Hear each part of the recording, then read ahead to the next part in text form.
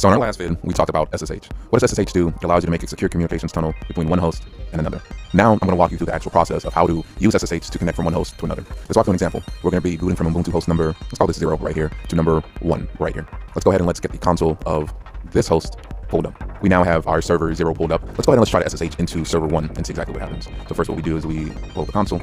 We then SSH, username, in my case it's LSL, and then we enter the IP address of the other server. For me, that's 192.168.1.105. When you do that, it's going to ask you a question. It says the authentication of the host can't be established, and it's giving you a key and a fingerprint. So this is basically the SSH public key that's being sent to you by the server. Because you don't have any public keys assigned this host right now, it's asking if you want to continue and use this public key. We're going to go ahead and enter yes. It's then going to ask us for the password. In my case, the password is the password for the username on that host. So enter the password for your account, and there we go. We're now on that other server. How do we know that we're on that other server? Because when I enter IP address, you can see our IP is 192.168.1.105. When I then exit, you can see a connection was closed to that host right there. And then when I run another IP address, you can see our IP on the host is 192.168.1.104.